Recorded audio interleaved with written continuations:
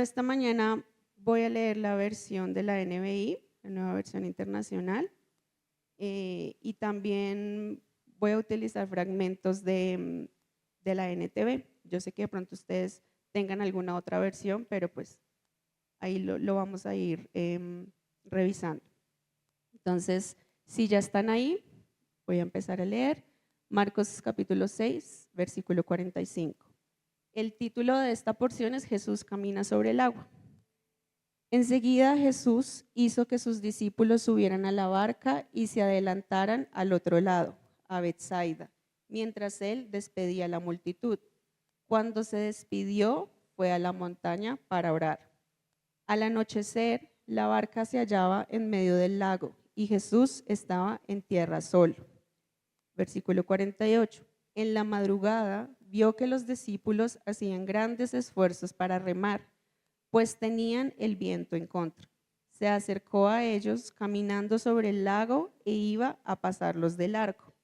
Los discípulos, al verlo caminar sobre el agua, creyeron que era un fantasma y se pusieron a gritar, llenos de miedo por lo que veían. Pero él habló enseguida con ellos y les dijo, cálmense, soy yo, no tengan miedo. Subió entonces a la barca con ellos y el viento se calmó. Estaban sumamente asombrados porque tenían endurecido el corazón y no habían comprendido lo de los panes. Quizás ahí la porción siga hasta el versículo 54, pero nos vamos a concentrar hasta ahí, hasta el 52. Quisiera entonces empezar haciendo una contextualización de lo que está pasando aquí. Yo sé que todos conocemos esta historia, yo sé que todos sabemos lo que pasó. Hoy concentrados aquí en Marcos, de pronto extrañamos que no se menciona la parte en la que Pedro tiene una conversación con Jesús, él baja de la barca. Marcos no lo menciona. Esta parte o este complemento de la historia lo mencionan más en Mateo y en Juan, pero Marcos no lo mencionó. Sin embargo, sabemos que es esa misma situación. ¿Qué más? Jesús venía de alimentar a más de 5,000 personas con 5 panes y 2 peces. Lo estuvimos estudiando el viernes en los grupos Crece. A pesar de que Marcos no narra cronológicamente, digamos, la historia, sabemos que esto sí sucedió uno inmediato del otro. Habían acabado de presenciar ese gran milagro. Jesús había alimentado a 5 personas con algo que pues para ellos era aparentemente muy poco. No solamente presenciaron ese milagro, sino que también habían tenido que trabajar arduamente por esto. Jesús los había enviado de 2 en 2, ellos habían regresado, estaban buscando un tiempo para descansar, para alimentarse, no se pudo, les tocó seguir trabajando, alimentar a todas estas personas, o bueno, distribuir los alimentos, después recoger lo que quedó. Entonces, para que entendamos que habían terminado una jornada dura, una jornada pesada, estaban cansados. En los versículos anteriores, cuando nos cuenta la alimentación de los 5,000, dice que ni siquiera les había quedado tiempo para comer, hasta ese momento lo habían hecho. Entonces venían de una jornada extenuante. En ese momento Jesús les dice, ahí en el inicio del versículo 45, Jesús hizo que sus discípulos, en otra versión dice Jesús insistió, o sea, fue Jesús el que les dijo, crucen, vayan. ¿Para dónde iban? Como lo dice ahí el texto, iban a cruzar hacia Betsaida y estaban cruzando el mar de Galilea. Y en algunas versiones lo menciona como mar, en otras como lago, pero pues sabemos que igual era algo extenso, algo grande. Algo que de pronto quisiera resaltar y que noté es que este viene siendo como un escenario frecuente. Ellos estaban de un lado al otro, cruzaban, iban, hacían algo a un lado y volvían y cruzaban hacia diferentes lugares. Es este mismo mar el que mencionamos cuando Jesús calmó la tormenta. Entonces, viene siendo como un escenario frecuente. Y finalmente quisiera resaltar algo que noté y que percibí haciendo el estudio tanto de este capítulo, de estos versículos como los anteriores, que una emoción que se resalta o que se menciona mucho es el miedo, el temor. Voy a hacer una breve recapitulación de las prédicas anteriores, de las reflexiones anteriores. Primero, el mensaje que nos compartió Andrew del capítulo 4, versículo 35 al 41, cuando Jesús calma la tormenta, y él en ese momento titulaba su mensaje como: Maestro, ¿no te importa que perezcamos? Intrínsecamente en esa expresión está el miedo a fallecer, a perecer. Pero vimos, y Andrés nos decía, que a pesar de este miedo, Él es quien permite la tormenta, Él tiene el control de la tormenta y que esa tormenta tiene un propósito. Sin embargo, veíamos que la raíz de esa expresión de los discípulos era el miedo. También estuvimos estudiando en el capítulo 5, el inicio del capítulo 5, la historia del endemoniado gadareno. La estuvimos estudiando durante un grupo Crece, pero también anteriormente Sebas estuvo compartiendo sobre ese texto y él titulaba su mensaje como Hasta ahí. Y en el versículo 15, textualmente, la Biblia dice: todos tuvieron miedo. Miedo a lo que Jesús había hecho, miedo a llegar y encontrar una persona que había estado encadenada como un loco endemoniado, sentado, vestido y completamente transformado.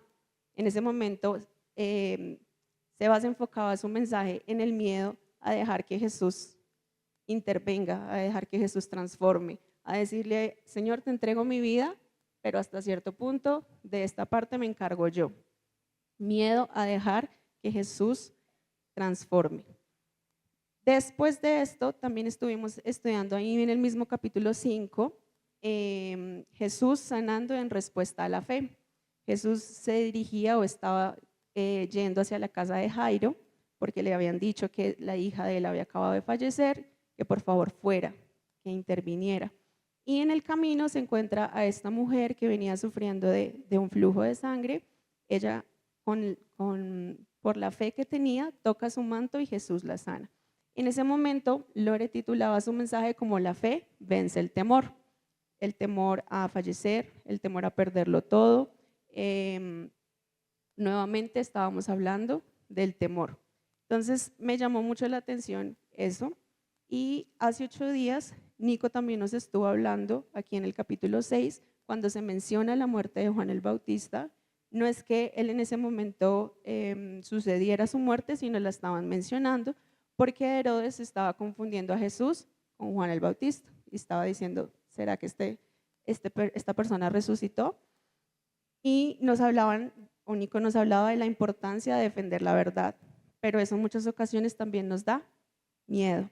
Miedo a decir la verdad, miedo a lo que podamos perder por defender la verdad. Y de hecho en ese momento lo vemos como Juan el Bautista inclusive arriesgó y perdió su vida por defender la verdad. Entonces, quería hacer esa recapitulación para que entendieran un poco la perspectiva de lo que voy a hablar a continuación, porque identifiqué cómo veníamos hablando mensaje tras mensaje sobre el miedo, sobre el temor. Pero en estas últimas mensajes, como Lore lo decía, hablábamos de la fe. La fe es lo contrario al miedo. Lo contrario al miedo es la fe. La fe es la que vence el temor. Y teníamos presente estos 2 puntos de miedo versus calma, porque es la fe lo contrario al miedo. Entonces, de lo que yo quisiera hablar esta mañana, yo sé que no voy a decir nada nuevo, nada que no hayamos escuchado antes. Esto más bien va a ser como un recordatorio de básicamente eso. Si no quiere tener miedo, pues tenga fe. Suena muy fácil y pareciera muy fácil decirlo, pero lo que yo me preguntaba es: bueno, ¿y cómo? ¿Cómo lo hago? ¿Cómo lo practico realmente en mi vida? Y por eso esta mañana quise titular el mensaje de esta manera. Como yo les dije, lo leí en la Nueva Versión Internacional y me gustó mucho cómo lo decía ahí: cálmense, soy yo, no tengan miedo. En otras versiones les dice: tengan ánimo, no tengan miedo, tengan ánimo, no temáis, yo estoy aquí, yo soy. Entonces, quiero que tengamos eso en mente de lo que vamos a hablar. Y basándome en este título, en esta expresión, en esto que Jesús les responde, identifiqué cuáles podrían ser esas herramientas para vencer el temor. Ya dijimos, ya sabemos que es la fe la que lo vence, pero vamos a mencionar unas herramientas prácticas con las que podemos aplicar nuestra fe para vencer el temor. En la primera de ellas, la identifiqué en el versículo 46, si quieren volver ahí conmigo, donde dice, bueno, Jesús los había acabado de enviar en la barca, estaba despidiendo a las personas. Después de despedir la gente, subió a las colinas para orar a solas. Entonces, como primera herramienta tenemos la oración. Pero ustedes se preguntarán, ¿es porque Jesús tenía miedo? No, ¿cierto? No lo creo. Pero sí tenemos nosotros claro, tenemos en mente que Jesús es nuestro maestro, es nuestro modelo a seguir y no podemos pasar de largo en todas esas ocasiones en que los evangelios nos cuentan y nos narran cuando Jesús buscaba estar a solas para orar, para tener intimidad con el Padre. Entonces, dentro de la oración, oración a solas, oración Dios y yo. Y sin antes mencionar que esa oración es por dependencia, no solamente oramos por miedo, no solamente oramos por pedir algo. Nuestra oración debe ser porque dependemos de Dios y eso también lo vamos a identificar en Jesús. Entonces, primero resaltando que esa oración debe ser a solas, buscando intimidad con el Señor, fortaleciendo nuestra relación con Él. Y para esto podemos leer, por ejemplo, Marcos 1:35, si quieren acompañarme ahí rápidamente.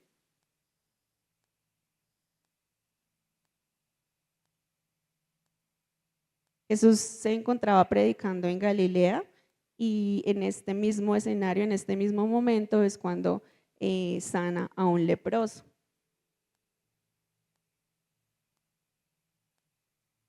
Y dice, a la mañana siguiente, antes del amanecer, Jesús se levantó y fue a un lugar aislado para orar. Esta misma, el pasaje paralelo de esto también lo encontramos en Lucas 5 y dice, Jesús se alejaba al desierto para orar. Y si quisiéramos seguir buscando en los evangelios, vamos a encontrar muchas partes en las que nos menciona esto. Jesús buscando tiempo a solas para tener intimidad con el Padre. Si quizás no lo es, sí debería ser nuestro deseo parecernos cada vez más a Él, ¿verdad? Por eso también quise poner esta frase que encontré en los comentarios y mientras preparaba esta reflexión, que dice, la vida de oración de Jesús es algo de lo que se comenta mucho, pero se imita poco. Normalmente nos acercamos a leer las escrituras y también pues lo hemos dicho como con ese sentimiento de ay sí, qué bonito, Jesús haciendo milagros, Jesús sirviendo, Jesús lavando los pies a sus discípulos, Jesús madrugando para ir a orar, qué bonito. Pero ¿y de ahí qué pasa? ¿Dónde está la parte de imitarlo? Entonces, inicialmente mencionar en ese versículo 46 Jesús buscando intimidad con su Padre, oración por dependencia, oración Dios y yo a solas. Y también otro versículo que conocemos todos en cuanto a esto, lo encontramos en Mateo 6. Si quieren dirigirse ahí rápidamente, Mateo 6, 5 y 6, yo sé que casi todos no lo sabemos de memoria de hecho, porque es un versículo muy conocido. Jesús estaba utilizando a los fariseos como ejemplo de lo que no se debe hacer. Les está haciendo una exhortación a sus discípulos de, hey, no sean como ellos. Y esa porción en mi versión se titula como enseñanza acerca de la oración y el ayuno. Cuando ores, no hagas como los hipócritas, a quienes les encanta orar en público, en las esquinas de las calles y en las sinagogas, donde todos pueden verlo. Les digo la verdad, no recibirán otra recompensa más que esa. Pero tú cuando ores, apártate a solas, cierra la puerta tras de ti y ora a tu Padre en privado. Entonces tu Padre, quien todo lo ve, te recompensará. Jesús no solamente enseñaba a través del ejemplo, les estaba diciendo textualmente en medio de su enseñanza cómo debía hacer esa oración, y no solamente el que la motivación no sea ser vistos o ser reconocidos como personas espirituales, como lo hacían los fariseos, sino por lo que había tras de eso, una intimidad con el Señor donde estoy yo y mi Padre, Él me está hablando y yo hablo con Él. Esto también no lo mencionó, no sé si se acuerdan la prédica de Chucho, de estar en el secreto, de la importancia de la intimidad con el Señor, la importancia de acercarnos a Él en el secreto, cómo Dios es un Dios de intimidad, de Él y yo. Entonces, oración no por miedo, por dependencia, oración a solas. Y en cuanto a esta dependencia, también lo veíamos en Jesús. Nuevamente tenemos a Jesús como nuestro ejemplo, nuestro modelo a seguir. Lo encontramos en Juan 5, versículos 19 y 30. ¿Qué estaba sucediendo en este momento? Jesús estaba afirmando ser el Hijo de Dios, cosa que estaba chocando muchísimo a los fariseos, porque para ellos esto era tremendo, que alguien, un humano aparentemente como ellos, igual aparentemente de pecador como ellos, cosa que ellos no entendían, estaba titulándose a él mismo como Hijo de Dios. Y en los versículos 19, por ejemplo, les dice: el Hijo no puede hacer nada por su propia cuenta, solo hace lo que ve que el Padre hace. Jesús dependiendo de su Padre. Y en el versículo 30 dice: yo no puedo hacer nada por mi propia cuenta, juzgo según Dios me indica. Entonces nuevamente, Jesús dependiendo de su Padre. Lo quise mencionar por eso que les decía de oración por dependencia. Y entonces me preguntaba, si Jesús siendo Dios, si Jesús siendo quien Él es, dependía de su Padre, ¿quién me considero, quién me puedo creer yo para no depender igual manera, o para creer o para pensar que puedo hacer algo por mí misma independientemente del Padre? Entonces, herramienta número 1 para vencer el temor: oración, no por miedo, por dependencia. Como segunda herramienta, encontraba en el versículo 48, esperar. Entonces, volvemos un poquito a la historia, volvemos un poquito al contexto. ¿Qué estaba pasando? Estaban los discípulos otra vez en el mar de Galilea, otra vez enfrentándose al mar, a las olas, que a pesar de que ellos eran pescadores por profesión, estaban nuevamente en este escenario, nuevamente en dificultad, en problemas. Y algo que yo pensaba, porque pues como el texto lo narra, seguramente no solo estaban lidiando con el mar, con las olas, sino estaban lidiando con la percepción de ellos mismos. Seguramente habían unos diciendo: no, devolvámonos. Habían otros diciendo: avancemos, sigamos remando. Habían otros diciendo: ya no hagamos nada, aquí otra vez quedamos. Ellos debían tomar una decisión, y era una decisión unánime entre todos. Seguramente no por enfrentar el peligro de hundirse o de ahogarse, sino porque llevaban horas. El texto dice que más o menos hacia el anochecer fue que Jesús les dice: váyanse, pero hasta la madrugada es que Él va y acude a ellos. Llevaban horas remando, cansados, habíamos dicho que ya venían de una jornada extenuante, estaban agotando esfuerzos que parecían ser ineficaces porque no avanzaban y seguían luchando contra las olas.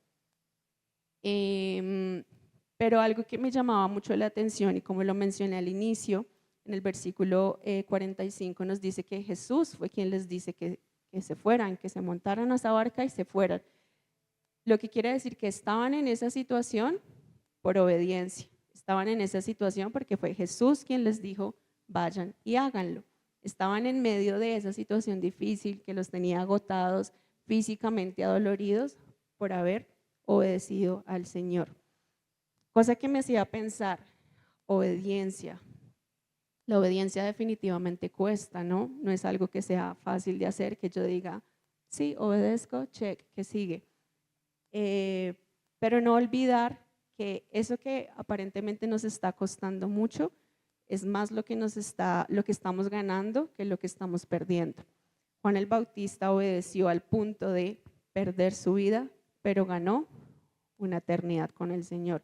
Ganó el haber defendido la verdad y haber defendido lo que estaba bien.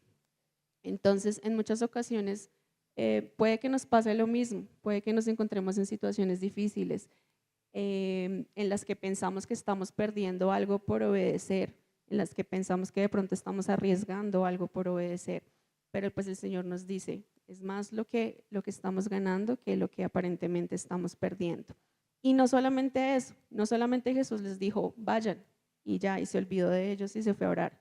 En el versículo 48 nos dice, Él los vio, Jesús seguía ahí, Jesús no se había ido, Jesús no se había olvidado de ellos, Él estaba ahí. Pero bueno, Jesús estaba ahí, entonces, ¿por qué no fue antes? ¿Por qué los tuvo que dejar horas remando, cansados? ¿Por qué no acudió a ellos antes? No tengo la respuesta, lastimosamente. Simplemente los tenía esperando. Y por eso quise poner esperar, y como ahorita decíamos, orar por dependencia, esperar por confianza. Sabemos que estamos esperando, pero estamos confiados. Sabemos que mientras esperamos, nos alentamos en que tenemos una esperanza, en que sabemos en quién estamos confiando, en que no sabemos cuándo viene su respuesta. Quizás los discípulos dijeron, cuando lo vieron y cuando ya entendieron que era Jesús, Jesús, ¿en serio hasta ahora viniste? Llevamos horas, estamos cansados, ¿por qué nos hiciste esperar? Esa es la enseñanza, esperar confiando. Por eso quise poner el Salmo 27, me centré en el versículo 14, pero sí sería bonito que esta semana pudiéramos estudiar ese Salmo mientras en el tiempo vital llegamos al día para estudiar ese Salmo, porque en el versículo 1, no sé si ustedes lo recuerden o lo tengan presente, habla de que el Señor es mi salvación y el salmista se pregunta, ¿de quién temeré? Y ya en el versículo 14 menciona, espera con paciencia al Señor, sé valiente y esforzado. Sí, espera al Señor con paciencia. Algo que también me llamaba la atención es que no dice espera en el Señor, cosa que sí, sabemos que también hacemos. Dice espera al Señor, cosa que ellos tuvieron que hacer. Ellos tuvieron que esperar hasta que Jesús llegara, pero esperaban, quizás sí, quizás no, confiando en que Él iba a llegar. Porque si Él nos mandó, ¿por qué nos va a dejar aquí tirados? Jesús no solamente había demostrado calmar tormentas, ya lo había hecho, cosa que para ellos fue impresionante, cómo era posible que una persona tuviera el poder sobre la naturaleza, ya lo había hecho, pero ahora también estaba caminando en medio de la tormenta. Había utilizado la tormenta para enseñarles y ahora estaba utilizando esa misma tormenta para llegar a ellos y mostrarles, yo estoy aquí, yo siempre estuve aquí. Lo que me hacía pensar, Jesús, definitivamente eres el maestro ideal. Jesús aplicando un principio muy importante de la pedagogía. Todo recurso es útil para enseñar, todo momento es útil para enseñar y Jesús sí que lo hacía. Todos estaban cansados, quizás atemorizados y a través de eso Jesús les seguía enseñando. Más adelante también el texto nos dice que ellos no habían entendido el milagro de los panes y los peces. Yo me preguntaba, ¿por qué? Cosa que quisiera mencionar en la tercera herramienta. Entonces tenemos oración por dependencia, espera por confianza y reconocimiento. ¿Por qué? Porque hay una relación con Dios. Me relaciono con el Señor, lo conozco y eso hace que lo pueda reconocer en diferentes contextos. Y esta parte la encontramos en el versículo 50, si quieren ir ahí un momento. Bueno, ya habían remado por horas, Jesús estaba caminando sobre el agua, ellos pensaron que era un fantasma, estaban atemorizados. Y el versículo 50 nos dice, todos quedaron aterrados al verlo, pero Jesús les habló de inmediato, tengan ánimo, yo estoy aquí, no tengan miedo. Cosas muy importantes estaba diciendo Jesús. Uno, en los versículos anteriores nos menciona que Jesús quería pasarlos de largo. O sea, Jesús empezó a caminar por el agua y casualmente ellos lo vieron. La intención de Jesús ni siquiera era ir a acudir a ellos, por más de que él sabía, porque ya los había visto, que estaban envueltos en esa situación. Nuevamente me preguntaba, ¿por qué? ¿Los quería hacer esperar más? ¿Quería ver hasta dónde aguantaban? ¿Qué pensaban? ¿Qué decidían? No lo sabemos. Sin embargo, pasa que ellos lo alcanzan a ver. Lo alcanzan a ver de lejos, pero ¿qué sucede? No lo reconocen. Empiezan a confundirlo con un fantasma y eso en ese momento es lo que hace que se atemoricen. Anteriormente nos menciona que estaban cansados por remar, pero cuando ven a Jesús es cuando aparece el temor. ¿Por qué? Porque no lo reconocen. Solo hasta que Jesús les habla, solo hasta que escuchan su voz. También por eso quise poner esta frase que me gustó. La desesperación de ellos se convierte en calma cuando escuchan la voz amiga de Jesús. Hubiera sido mejor, hubiera sido más fácil que lo hubieran reconocido con solo al verlo, ¿no? Quizás no hubieran tenido que llegar al temor, sino por el contrario, al alivio de por fin llegó Jesús, por fin acudió a nosotros. Y relacionaba ese no lo reconocieron con lo que nos dice al final en el versículo 52, que dice que estaban asombrados porque tenían endurecido el corazón y no habían comprendido lo de los panes. Nos preguntaríamos, ¿qué tiene que ver el milagro de los panes con que ahora Jesús esté caminando sobre el agua? Pues tiene mucho que ver. Uno, porque no lo habían reconocido en ese momento y porque estudiando también los pasajes alternos en Juan y en Mateo, dice que las personas, la multitud de personas cuando llegaron al momento de la alimentación de los panes y los peces, venían con la mentalidad de convertir a Jesús en el rey de los judíos, pero para ellos ese rey significaba otra cosa muy diferente a lo que Jesús realmente es. Para ellos era que los iba a liberar de los romanos, para muchos era que simplemente les estaba dando de comer, para otros era que simplemente estaba haciendo milagros y sanidad, y para los discípulos también. Ellos seguían sin reconocer a Jesús como el Hijo de Dios, seguían sin reconocer a Jesús por quién Él era y por lo que Él había venido a hacer, o sino porque en otras ocasiones le habían pedido que les diera un lugar en el reino, que los pusiera a su derecha y a su izquierda, que les dijera quién era el más importante, porque seguían sin reconocer quién realmente era Jesús y qué había venido a hacer. Entonces no solo no lo reconocieron en ese momento, sino que seguían teniendo una imagen de Jesús que no era. Y yo me preguntaba, ¿me pasa a mí lo mismo? ¿Sigo hoy en día confundiendo a Jesús con algo que Él no es? Quizás lo confundo con que es el que me provee, quizás lo confundo con el que me va a dar el trabajo de mis sueños, la casa de mis sueños, o quizás lo confundo con un Jesús de momentos y de milagros al que solo acudo cuando tengo miedo, cuando estoy enferma o cuando hay dificultades. ¿Con qué estoy confundiendo yo hoy a Jesús? ¿Qué es lo que no me deja reconocerlo como realmente es? Quizás sigo teniendo temor de que si lo reconozco como es, va a cambiar completamente y me va a sacar de mi zona de confort y me va a quitar lo que yo tengo hasta hoy. ¿Qué puede ser lo que hoy me está haciendo confundir a Jesús con lo que no es? Y segundo, muy importante, Jesús les dijo, cálmense, no tengan miedo, soy yo. Palabras muy importantes porque ese soy yo o yo soy lo conocemos desde el Antiguo Testamento como el nombre propio de Dios. Entonces, ustedes recuerdan cuando Moisés tuvo la conversación con Dios en el monte y él le dice, yo soy el que soy. Moisés le pregunta, bueno, pero si me dicen quién me envió, ¿qué les digo? Diles que fue el yo soy. Para ellos, para los judíos, esa expresión yo soy era muy importante porque hacía referencia a Dios mismo, el nombre propio de Dios, yo soy. Entonces me imagino lo que ellos sintieron cuando Jesús les dice, no tengan miedo, yo soy yo. Está Jesús mostrándose como Dios mismo. Y para nosotros hoy, ¿qué representa ese yo soy? Sigo también sin entender, sigo viéndolo como lo que no es, lo sigo confundiendo con otras cosas. Es por eso que finalizando el texto nos decía que ellos no habían comprendido el milagro de los panes y los peces.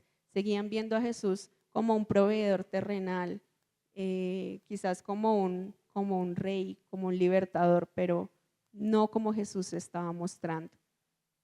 No seguían sin ver a Jesús como Dios, como el Hijo de Dios.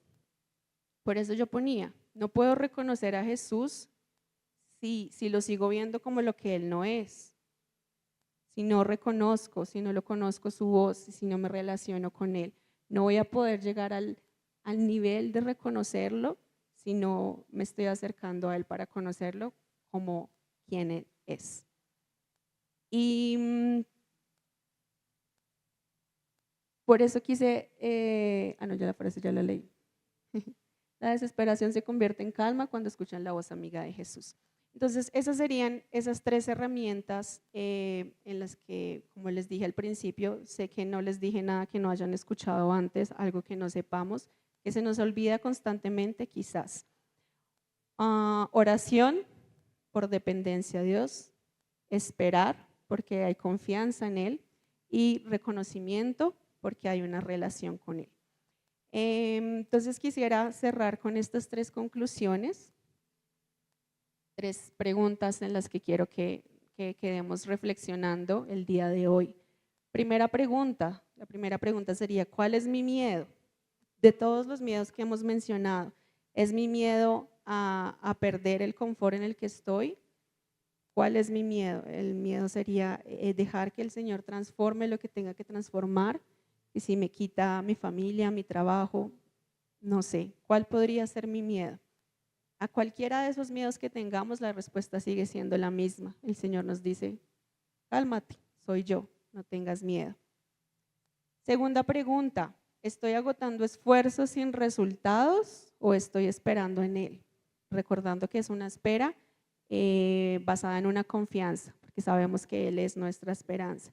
Pero quizás sí, quizás estoy agotándome, esforzándome en mis propias fuerzas y no estoy esperando en Él. No porque no hagamos nada, sino porque nuestra motivación pueda ser diferente a esperar en Él. Y finalmente, ¿qué me impide reconocerlo? O quizás con qué lo estoy confundiendo. ¿Sigo confundiendo a Jesús con algo que no es? Y es por eso que no lo he reconocido como Él es.